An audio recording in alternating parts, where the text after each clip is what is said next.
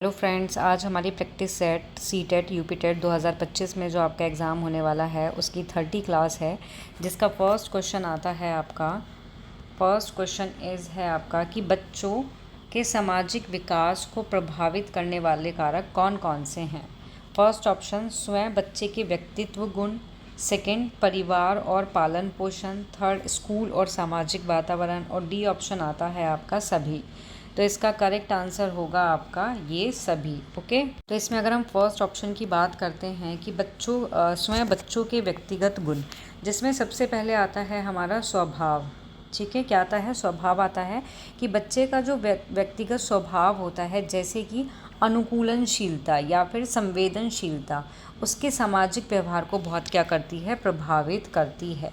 ठीक है, इसी में सेकंड पॉइंट आता है हमारा बच्चों की बुद्धि और उनका स्वास्थ्य। ठीक है, इसमें क्या होता है कि जो बुद्धि का स्तर होता है, ठीक है, कोई बालक है उसकी बुद्धि का स्तर है, स्वास्थ्य संबंधी कोई मुद्दे होते हैं, या विकासात्मक विलंब बच्चे के जो सामाजिक विकास को क्या करते हैं? प्रभावित कर सकते हैं। उसके बाद इसमें थर्ड पॉइंट आता है आनुवांशिकता। आपका इसमें क्या है? बच्चे के जो आनुवांशिक गुण भी क्या है? उसके सामाजिक व्यवहार को प्रभावित करते हैं। ठीक है, इसी तरीके से इसमें जो सेकंड पॉइंट है इसमें आपका परिवार और पालन पोषण, जिसमें हमारा फर्स्ट पॉइंट आता है, सबसे मोस्ट इम्पोर्टेंट है कि पारिवारिक माहौल जो होता है, कि बच्चे का जो सबसे प्राइमरी जो पहला सामाजिक वातावरण है वो उसकी क्या होती है? वो उसकी फैमिली होती है। ठीक है, जहाँ वे दूसरों के साथ क्या है? संबंध बनाना सीखते हैं। आपका आ जाता है कि समाज का मतलब जो एक क्वेश्चन आता है प्राइमरी और सेकेंडरी जो आता है सोशलाइजेशन को लेके, कि प्राथमिक समाजीकरण क्या है, तो आपका जो परिवार है वो प्राथमिक समाजीकरण के अंतर्गत आता है। इसी का सेकेंड पॉइंट है आपका माता पिता का व्यवहार। क्या आता है? पेरेंट्स लिख लो, यहाँ लिख लो पेरेंट्स का क्या है? व्यवहार, बिहेवियर जो होता है। ठीक है, माता पिता के जो भावनात्मक प्रतिक्रियाएं होती हैं, जो उनका व्यवहार होता है, वो बच्चे के सामाजिक कौशल के विकास को बहुत प्रभावित करता है। माता पिता जिस तरीके से बात करते हैं, जिस तरीके का उनका बिहेव होता है, इन सब चीज़ों का क्या है? असर बच्चे पर पड़ता है। उसके बाद इसी में एक और पॉइंट है, थर्ड पॉइंट आता है इसका कि भाई बहन और आपके क्या आ जाते हैं? रिश्ते आ जाते हैं। ठीक है, कि घर में जो भाई बहन होते हैं या फिर अन्य कोई सदस्य होता है, उनके साथ रहने से क्या है? सहयोग, संघर्ष, समाधान जैसे कौशल क्या हैं? विकसित होते हैं। ओके, अगर हम यहाँ थर्ड ऑप्शन की बात करते हैं, स्कूल और सामाजिक वातावरण, जिसमें मोस्ट इम्पोर्टेंट पॉइंट सबसे पहले आता है तुम्हारे साथी समूह। ठीक है, कि बच्चों के जो दोस्त होते हैं, बच्चों के दोस्त हैं, उनका जो समूह है, ग्रुप होता है, उनके सामाजिक विकास पर क्या है? गहरा प्रभाव डलता है। सेकंड पॉइंट आता है इसका टीचर और आपका स्कूल हो गया। ठीक है, टीचर और स्कूल हो गया, कि जो स्कूल का क्या है? आपका इन्वायरमेंट होता है, वातावरण होता है, टीचर का जो व्यवहार होता है या जो साथी हैं उनसे बातचीत करने से क्या होता है कि सामाजिक कौशल और सीखने की प्रक्रिया में बहुत ही महत्वपूर्ण भूमिका ये निभाते हैं। ओके, और इसी का थर्ड पॉइंट आता है आपका संस्कृति से रिलेटेड है, कि जो हमारा जो समाज है, हमारी जो संस्कृति है, बच्चा क्या है वहाँ पे बड़ा होता है, मोस्टली क्या होता ही है, उसके अपने क्या होते हैं? नियम भी होते हैं और मूल्य भी होते हैं, जो बच्चे के सामाजिक व्यवहार को क्या करते हैं? प्रभावित करते हैं। तो ये सारे जो पॉइंट्स हैं, ये सारे के सारे पॉइंट्स करेक्ट रहेंगे, और ऑप्शन आपका डी ऑप्शन करेक्ट आंसर रहेगा। नेक्स्ट क्वेश्चन इज़ कि निम्न में से कौन सा शारीरिक विकास का प्रमुख नियम है? तीव्र विकास का नियम, मानसिक संवेगात्मक विकास का नियम, बुद्धि का नियम, आंतरिक अंग का नियम। तो करेक्ट आंसर होगा इसका तीव्र विकास का नियम। ठीक है, ओके। और इसको हम क्या बोलते हैं, तीव्र की जगह यहाँ पे आपका क्या है, द्रुतगामी जो विकास है, विकास का नियम, ये भी लिखा हुआ आ सकता है। तो अगर ये लिखा आए या तीव्र लिखा है तो करेक्ट आंसर आपका यही होगा। ठीक है, द्रुत विकास के नियम को हम विकास की गति का नियम भी कहते हैं। ठीक है, द्रुत गति का विकास जो है इसको हम क्या कहते हैं, विकास की गति का नियम। क्या कहते हैं इसको हम, विकास की गति का नियम। ठीक है, विकास की गति का नियम भी कहते हैं, जो होता है आपका सिर से पैर की ओर होता है, सिर से पैर की ओर होता है। ठीक है, मतलब कि केंद्र से कहाँ है, बाहर की ओर होता है, बाहर की ओर शामिल होते हैं इस नियम के अंदर। जो शारीरिक विकास के प्रमुख नियम क्या है, द्रुत विकास का नियम है, जिसको विकास की गति का नियम भी कहते हैं। और ये नियम सिर से पैर मीन्स केंद्र से बाहर की ओर होता है। इसमें बताया गया है कि जो शारीरिक जो विकास का जो नियम है, इसमें ये बताया गया है शारीरिक विकास की गति जो होती है वो जीवन के अलग अलग चरण में कैसी होती है, अलग अलग होती है। बच्चा जब क्या है, बच्चा तब जन्म लेता है, क्या करता है, जब जन्म लेता है उसके कुछ वर्षों के बाद या शुरुआत में, क्या हम कह सकते हैं, शुरुआत में क्या है, शारीरिक विकास की गति बहुत तेज़ी से होती है। बाल्यावस्था में क्या होती है, थोड़ी कम हो जाती है, और किशोरावस्था में क्या है, वापस तेज हो जाती है आपकी। ठीक है, ओके। और आपके जो ये 3 ऑप्शन की अगर बात करते हैं तो जो आपकी बुद्धि आती है ये शारीरिक विकास का एक भाग नहीं है। क्यों? क्योंकि ये मानसिक विकास से जुड़ा है। किससे? मानसिक विकास से जुड़ा हुआ होता है। ठीक है, इसी तरीके से क्या है, मानसिक संवेगात्मक विकास से इससे जुड़ा तो होता है, लेकिन क्या है, ये इसके नियम के अंतर्गत नहीं आता। इसी तरीके से आंतरिक अंग जो हैं ये आपके शारीरिक विकास का क्या है, हिस्से होते हैं। ठीक है, लेकिन वो क्या है, केवल एक पहलू है। शारीरिक विकास एक क्या होती है, जटिल क्रिया होती है, प्रोसेस होती है, जिसमें क्या है, बाहरी और आंतरिक दोनों अंग क्या होते हैं, शामिल होते हैं। लेकिन हम ये नहीं कह सकते कि ये इसके प्रमुख नियम के अंतर्गत आते हैं। ओके, तो इसका करेक्ट आंसर होगा आपका A option. Now next question आता है। नेक्स्ट क्वेश्चन है कि निम्न में से कौन सा विकास का सिद्धांत नहीं है? एकीकरण का सिद्धांत, व्यक्तिगत विभिन्नता का सिद्धांत, विकास की दिशा का सिद्धांत, या अनुकूलित प्रत्यावर्तन का सिद्धांत। तो करेक्ट आंसर इसका होगा अनुकूलित प्रत्यावर्तन का सिद्धांत जो है वो विकास का सिद्धांत नहीं होता है आपका। क्यों नहीं है? क्योंकि जो विकास होता है वो क्या होता है आपका, उसका संबंध जो है पीढ़ी दर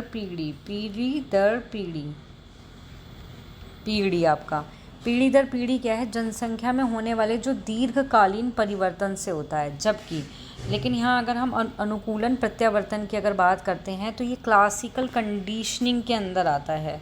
किसके? क्लासिकल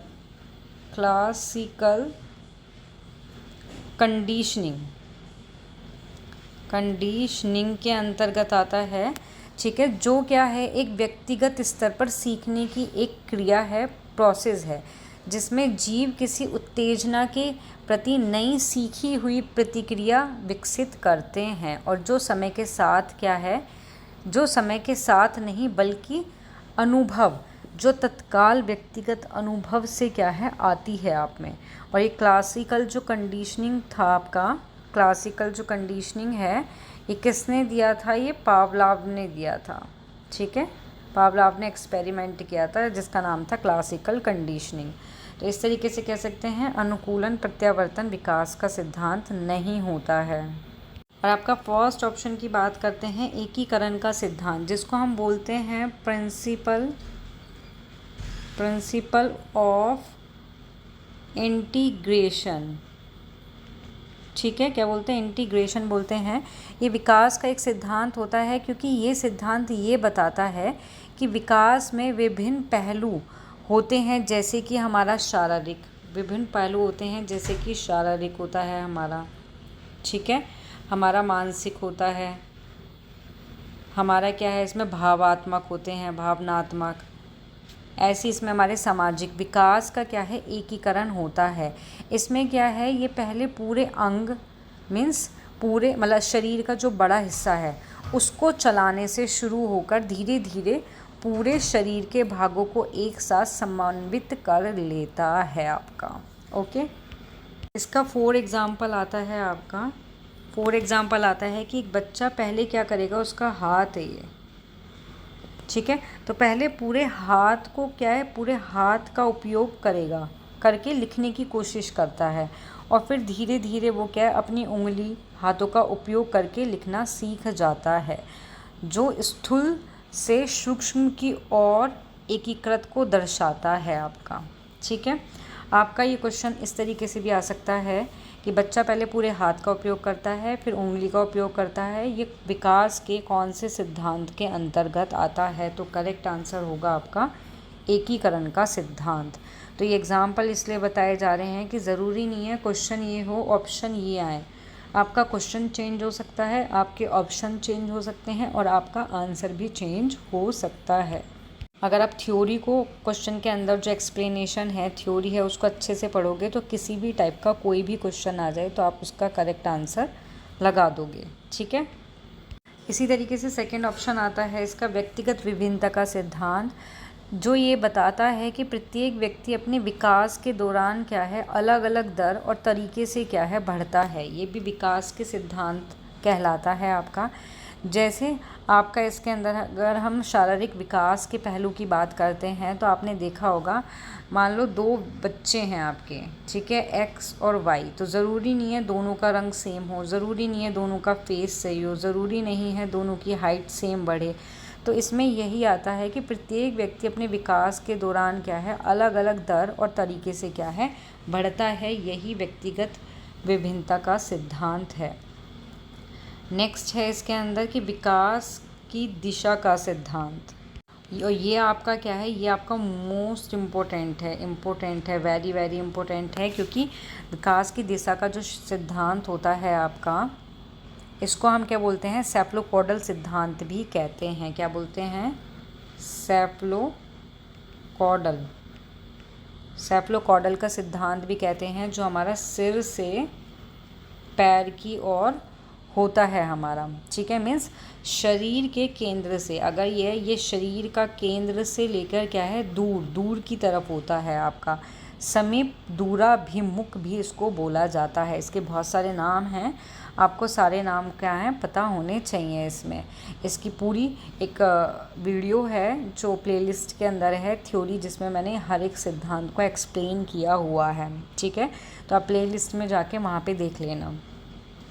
तो इसमें ये होता है कि विकास जो है वो सिर से शुरू होकर कहाँ है, पैर की ओर बढ़ता है। कहने का मतलब ये है कि विकास जो है शरीर के केंद्र से शुरू होता है। जैसे कि हमारी रीढ़ की हड्डी, फॉर एग्जांपल मान लो रीढ़ की हड्डी, ठीक है, यहाँ से शुरू होता है। फिर बाहरी अंग जो होते हैं, जो हमारे बाहर की तरफ अंग होते हैं, जैसे हमारे हाथ हो गए, हमारे पैर हो गए, हमारी उंगलियाँ हो गई, इनकी ओर क्या है, बढ़ता है।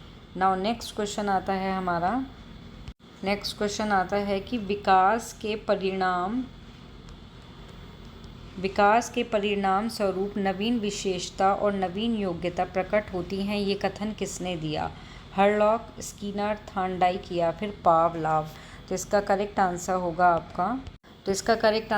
आपका हरलॉक। ठीक है, जो हरलॉक हैं उन्होंने दिया था, उन्होंने इस बात पर जोर दिया था कि विकास एक प्रगतिशील प्रक्रिया, ठीक है, कि जो विकास है वो क्या है, एक प्रगतिशील प्रक्रिया, जो विकास है वो क्या है, प्रगतिशील एक प्रक्रिया है, जिसमें व्यक्ति के नए गुण कौशल का क्या है, अर्जन होता है। ओके, इन्होंने एक पॉइंट और बताया था गुणात्मक गुण का, गुणात्मक परिवर्तन का। ठीक है, कि इन्होंने कहा था कि जो विकास है वो केवल मात्रात्मक नहीं होता, मीन्स ऐसा नहीं है कि सिर्फ लंबाई और वज़न जो है इन्हीं को देखा जाए, बल्कि ये गुणात्मक बदलावों को भी शामिल करता है, जो क्या है, परिपक्वता के लक्ष्य की ओर क्या है, निर्देशित करते हैं। इनका कहना ये भी था कि जो विकास है वो केवल बढ़ने तक सीमित नहीं है, बल्कि नई योग्यता और गुणों से भी युक्त करती है व्यक्ति को। ओके, नेक्स्ट क्वेश्चन आता है नेक्स्ट क्वेश्चन है आपका कि मूल प्रवृत्ति 14 प्रकार की होती हैं, ये किसने कहा? विलियम मैकडगल, स्किनर, कॉलबर्ग या इनमें से कोई नहीं? तो करेक्ट आंसर होगा आपका विलियम मैकडगल। ओके, अभी आपकी जो मूल प्रवृत्ति 14 हैं वो कौन कौन सी हैं? फर्स्ट आती है भूख, न्यूट्रिशन, जिसके अंदर हमारा भोजन करने की इच्छा होती है। सेकंड आती है पलायन, जिसको हम फ्लाइट बोलते हैं, खतरे से दूर भागने की प्रवृत्ति, संबंधी और भय है। थर्ड आता है हमारा जिज्ञासा, मूल प्रवृत्ति क्या है? जिज्ञासा है, किसी नई चीज़ को जानने की इच्छा होती है इसमें। उसके बाद आती है हमारी फोर्थ आती है झगड़ालू, फाइट, किसी से लड़ने या विरोध करने की प्रवृत्ति से संबंधित होता है क्रोध। ठीक है, उसके बाद आता है हमारा यौन संबंध, 5 नंबर का, काम की प्रवृत्ति, मतलब संतान उत्पन्न करने या यौन संबंध बनाने की क्या होती है? प्रवृत्ति होती है, रिप्रोडक्शन होती है। उसके बाद 6 नंबर का आता है हमारा आत्म प्रतिपादन, सेल्फ एसेटेशन, आत्म गौरव कहते हैं जिसको, आत्म महत्व, अपनी क्षमता का प्रदर्शन करने की इच्छा होती है इसमें। 7 नंबर की आती है हमारी समर्पण, दूसरों के प्रति अधीनता, समर्पण की भावना इसमें होती है। नाउ नेक्स्ट 8 आती है हमारी, 8 आती है इसमें हमारी निर्माण, कि कोई चीज़ बनाने या निर्मित करने की प्रवृत्ति, मीन्स रचना। नेक्स्ट आती है 9 नंबर की आती है अधिग्रहण, ये सब हमारी मूल प्रवृत्ति हैं जो मैकडूगल के अनुसार हैं। इसमें आता है अधिकार, कि कोई वस्तु संपत्ति जमा करने की प्रवृत्ति। नाउ 10 नंबर का आता है हमारा पुकार या अपील करना, करुणा, मीन्स दूसरों से सहायता या स्नेह की हम अपेक्षा करते हैं इसमें। 11 नंबर की आती है हमारी, 11वीं नंबर की आती है हास्य, हंसी मजाक या मनोविनोद की प्रवृत्ति होती है ये। 12 नंबर की होती है विश्राम या नींद, रेस्ट या आराम, थकावट दूर करने के लिए आराम करने की प्रवृत्ति से रिलेटेड है। उसके बाद हमारी 13 और 14 ये हैं घृणा, अरुचिकर या घृणित चीज़ों से विमुख होना, ये आता है 30 के अंदर। और मिलनसारिता, सोशलिबिलिटी, सामूहिकता, मतलब कि दूसरों के साथ रहने और समूह में शामिल होने की क्या होती है? ये प्रवृत्ति होती है। तो ये 14 आपकी मूल प्रवृत्तियां हैं मैकडूगल के अनुसार। नाउ नेक्स्ट क्वेश्चन है आपका कि किसी दूसरी वस्तु की अपेक्षा एक वस्तु पर चेतना का केंद्रकरण अवधान है, ये कथन है किसका? डम्बिल का, मैकडूगल का, थॉर्नडाइक का या फिर वुडवर्ड का? तो इसका करेक्ट आंसर होगा, तो इसका करेक्ट आंसर है आपका डम्बिल। कि डम्बिल जो हैं ये कहते हैं कि किसी दूसरी वस्तु की अपेक्षा एक वस्तु पर चेतना का केंद्रीकरण ही क्या है? आपका अवधान होता है। ठीक है, इनका कहना है, इनकी परिभाषा है डम्बिल की, कि जो अवधान है वो क्या है? एक हमारी मानसिक क्रिया है, मानसिक प्रक्रिया होती है, डम्बिल का कहना है ऐसा। ठीक है, जिसमें चेतना किसी एक वस्तु पर क्या है? केंद्रित होती है, जबकि अन्य वस्तु को क्या कर देती है? अनदेखा कर दिया इसमें जाता है। ओके, नाउ नेक्स्ट क्वेश्चन आता है हमारा सीखने के मुख्य नियम में शामिल नहीं है। फर्स्ट तत्परता का नियम, सेकंड अभ्यास का नियम, थर्ड मनोवृत्ति का नियम और डी ऑप्शन प्रभाव का नियम। तो यहाँ आंसर तो इसका करेक्ट होगा मनोवृत्ति का नियम। ठीक है, क्योंकि ये आपका मुख्य नियम नहीं है। आपका क्या है? आपका तत्परता का नियम, अभ्यास का नियम और प्रभाव के नियम, ये तीनों के तीनों क्या हैं? ये आपके मुख्य नियम हैं सीखने के, जो किसने दिए हैं? थॉर्नडाइक ने दिए हैं। ठीक है, थॉर्नडाइक ने ये नियम दिए हैं। अब बात करते हैं इसकी मनोवृत्ति का नियम। तो ये मुख्य नियम तो है नहीं, तो ये कौन सा नियम है? ये आपका है गौण का, ये आपका गौण का नियम है। ये भी किसने दिया है? थॉर्नडाइक ने दिया है।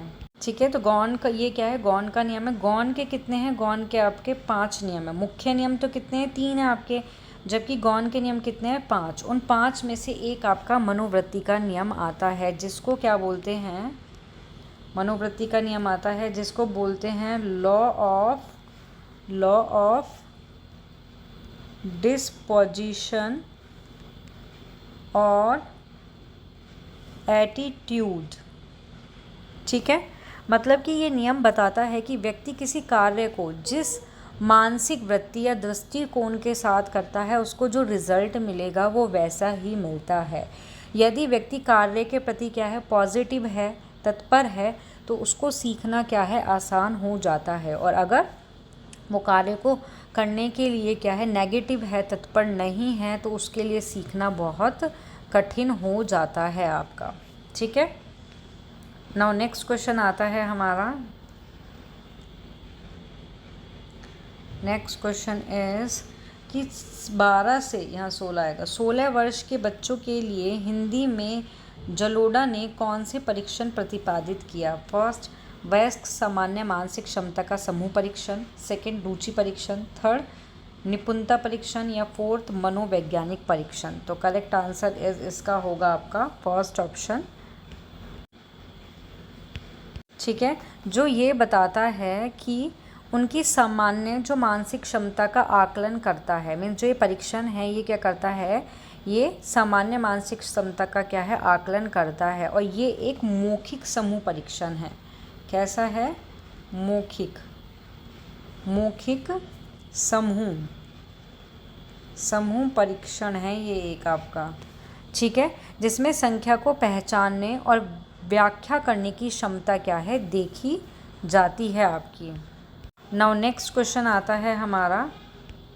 नेक्स्ट क्वेश्चन इज आता है कि बुद्धि का द्विकारक सिद्धांत का प्रतिपादन किसने किया?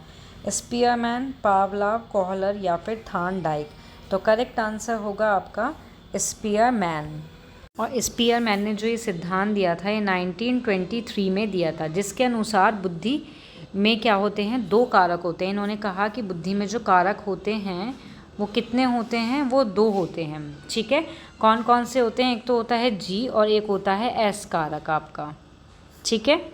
जी कारक को इन्होंने बताया सामान्य बताया, और जो आपका एस कारक है इसको इन्होंने बताया विशिष्ट। कैसा बताया? विशिष्ट कारक।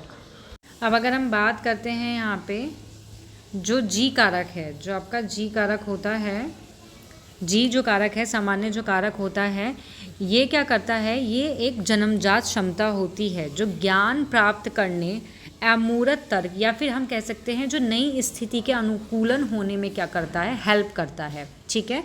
और जो आपका विशिष्ट है, ये क्या है, ये किसी व्यक्ति को विभिन्न क्षेत्र में अच्छा प्रदर्शन करने की क्षमता देता है। जैसे लाइक आपका म्यूज़िक हो गया आपका। ठीक है। क्या हो गया? म्यूज़िक हो गया, आपकी यांत्रिक क्षमताएं होगी, ये सभी इसके अंतर्गत आता है। ओके। नाउ नेक्स्ट क्वेश्चन आता है आपका। नेक्स्ट क्वेश्चन इज आता है हमारा इसमें नेक्स्ट और लास्ट क्वेश्चन है कि निम्न में से कौन सा युग्म है, ये युग्म सही नहीं है? सीखने का उद्दीपन अनुक्रिया का सिद्धांत थॉर्नडाइक ने दिया, सीखने का क्रिया प्रसूत अनुबंधन स्किनर ने दिया, सी सीखने का क्लासिकल सिद्धांत पावलोव ने दिया, या डी क्षेत्र सिद्धांत कोहलर ने दिया। क्वेश्चन है आपका नहीं।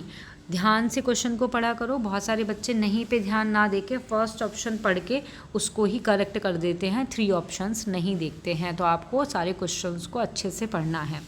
तो इस क्वेश्चन का करेक्ट आंसर रहेगा आपका क्षेत्र का सिद्धांत, जो कोहलर ने नहीं दिया, जबकि किसने दिया था, ये लेविन ने दिया था। कार्ल लेविन जो है उन्होंने क्षेत्र का सिद्धांत दिया था, और कोहलर जो है इन्होंने दिया था इनसाइड थ्योरी दी थी, मीन्स जो आपका अंतर्दृष्टि का सिद्धांत है। ओके।